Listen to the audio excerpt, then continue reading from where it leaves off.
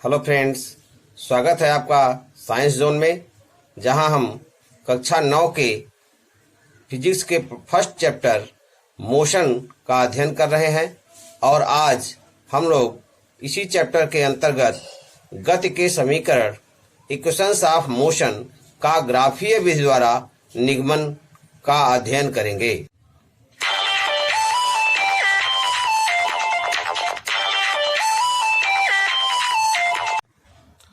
मित्रों, कल हम लोगों ने गणितीय विधि द्वारा गति के तीनों समीकरणों का निगमन का अध्ययन किया था।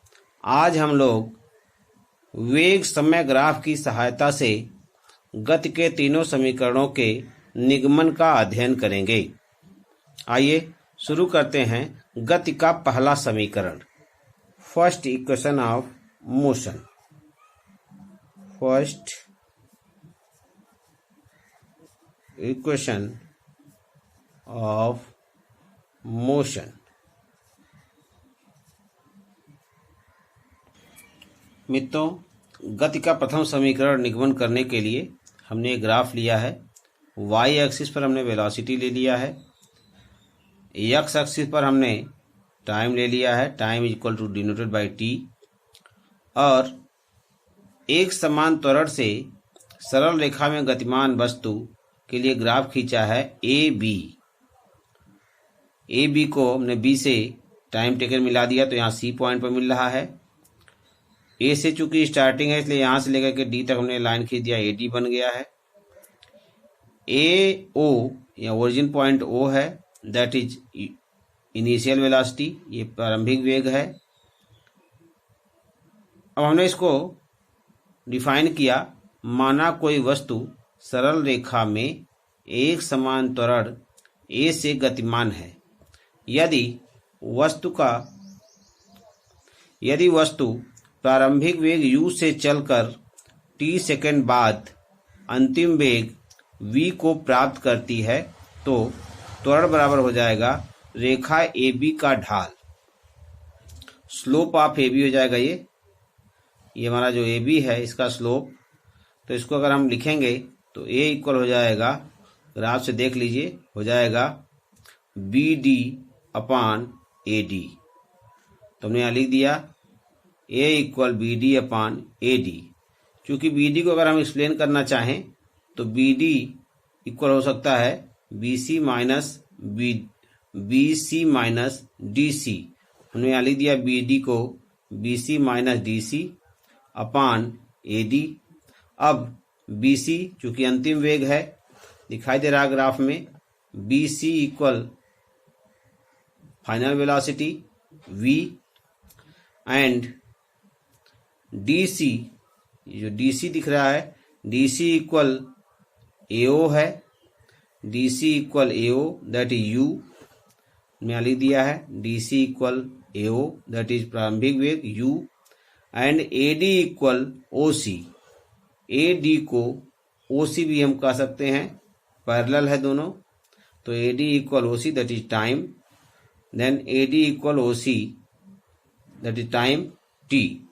हम वैल्यू पुटअप कर देंगे इसमें, BC के जगह पर V लिख देंगे और DC के जगह पर U लिख देंगे, तो V माइनस U अपान AD की जगह पर T लिख देंगे तो V माइनस U अपान T फाइंड हो जाएगा। अब हमने यहाँ लिख दिया है A equal V minus U upon T। अब AT को हम यहाँ ले लें तो इसको हम लिख सकते हैं, या AT equal V minus U, या U को हम पश्चात कर दें इस साइड में तो हमें फाइंड हो जाएगा V इक्वल U प्लस, इधर माइनस है इधर आने का प्लस हो जाएगा, U plus AT। That is the first equation of motion. पहला समीकरण हमारा निगमन हो गया। ग्राफीय विधि से पहले समीकरण को हमने प्राप्त कर लिया है। अब हम दूसरा समीकरण प्रारंभ करेंगे। ग्राफ यही रहेगा। द्वितीय समीकरण yes equal UT plus half A T square का निगमन। पूर्व की तरह हम ग्राफ खींच लेते हैं। ए बी ग्राफ है, एक वस्तु जिस सरल रेखा में गतिमान है। ए बी सरल रेखा में एक समान त्वरण से गतिमान है। हमने बी को यहाँ पर ओ एक्स एक्सिस है, ये वाई एक्सिस है, ओ ओरिजिन पॉइंट है, ए से लेकर के ओ तक की डिस्टेंस को यू और ओ से लेकर के लास्ट तक अंतिम वेग वी है और टाइम टी लिया गया, ओ सी इक्वल टी है।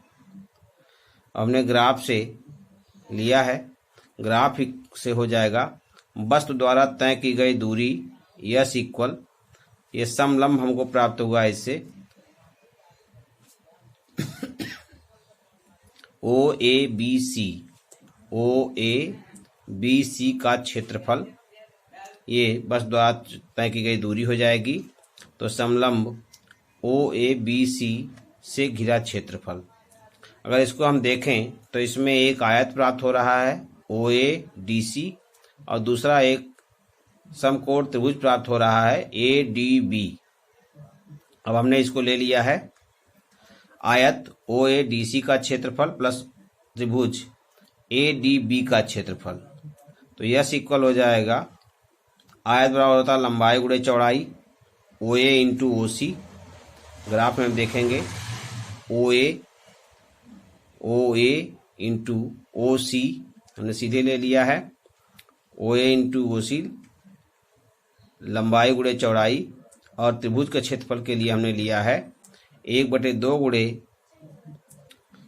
आधार गुणे लंब, 1/2 गुणे आधार ए डी लंब बी डी। अब यस इक्वल हो जाएगा O A into O C plus 1/2 A D बराबर हो जाएगा ए डी इक्वल दिया है ओ सी, तो ए डी बराबर हमने लिख दिया ओ सी और बी डी को हमने देखिए यहाँ से बी डी को हम लिख सकते हैं B C minus D C, तो हमने यहाँ लिख दिया है B C minus D C. अब हम इसको सॉल्व करेंगे, S equal O A into O C plus 1/2 into O C into B C minus D C को हम लिख सकते हैं ओ ए, आधार पर ले आएंगे तो ओ ए हो जाएगा। यहाँ पर O A equal u, O C equal t और बी सी इक्वल वी है, तो वैल्यू पुटअप करने पर यस इक्वल ओ ए की जगह पर लिख दिया हमने यू, ओ सी की जगह पर लिख दिया है T, U into T plus 1/2 O C equal T into B C equal we और ओ ए इक्वल यू।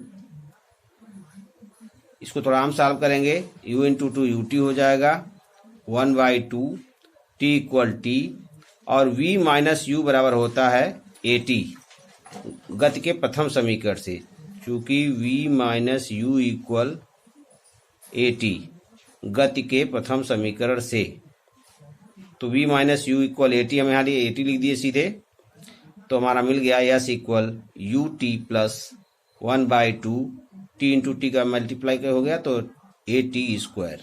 इस प्रकार yes equal U T plus half A T square गति का दूसरा समीकरण प्राप्त हो गया। मित्रों, ग्राफ से भी कक्षा 9th में जो यूपी बोर्ड का पाठ्यक्रम है उसमें ग्राफ से ही निगमन बताया गया है। पाठ्यक्रम में आपके ग्राफ द्वारा निगमन है, लेकिन मैंने यहाँ मैथमेटिकल मेथड, अंकगणितीय विधि और ग्राफीय दोनों विधि बता दिया है। आप सभी ग्राफीय विधि का भी अध्ययन करें और इसी प्रकार पाठ्यक्रम में सॉल्व करें। और इसके बाद तीसरा समीकरण, गति का तीसरा समीकरण V square equal U square plus 2as, इसका भी निगमन करने के लिए हमको वही ग्राफ फिर खींचना है। एक ही ग्राफ से हमारा सारा निगमन होगा। ग्राफ एक ही प्रकार बनाना है, ए बी एक वस्तु का सरल रेखीय गतिमान वस्तु का ग्राफ है। हमने इसको टाइम पर मिला दिया तो बी सी प्राप्त हो गया। डी को यहाँ ए को हमने बी सी पे मिला दिया तो डी पॉइंट प्राप्त हो गया। वाई एक्सिस हमारा वेग को प्रदर्शित करता है, जबकि एक्स एक्सिस हमारा समय को प्रदर्शित करता है। तो हमारा वेग समय ग्राफ प्राप्त हुआ हमें। तो लिख सकते हैं हम वेग समय ग्राफ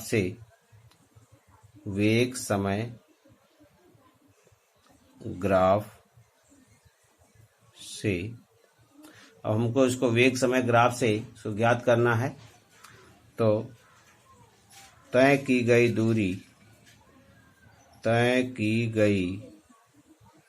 दूरी बराबर इक्वल, यहाँ भी ओ ए बी सी का क्षेत्रफल ही होगा, equal समलंब O A B C का क्षेत्रफल। अब हमको समलंब ओ ए बी सी का क्षेत्रफल ज्ञात करने के लिए दो विधियां थी। हमने एक विधि पहले ही निकाल लिया था। अब इसको दूसरे विधि से ज्ञात करना है हमको। यह इक्वल हो जाएगा 1/2 गुणे समांतर भुजाओं का योग गुणे ऊंचाई। इसकी वैल्यू हम रख देंगे 1/2 और इसमें समांतर भुजाएं हमारी हैं, देखें ओ ए डी सी, इस प्रकार से ए डी ओ सी। तो वैल्यू रख दीजिए यहाँ पर ओ ए प्लस बी सी और इसकी हाइट हो जाएगी ओ C into height O C.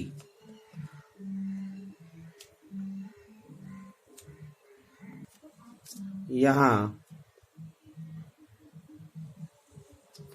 O A equal u, B C equal O A equal u, B C equal we और ओ सी इक्वल है टी के। तो ये वैल्यू हम इसमें रख देते हैं, वैल्यू पुटअप कर देंगे इसमें 1/2 ओ ए की वैल्यू हो गई यू प्लस बी सी की वैल्यू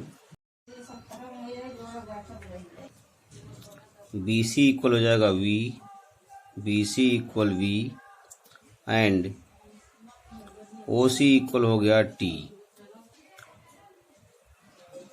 हम सभी जानते हैं गति के प्रथम समीकरण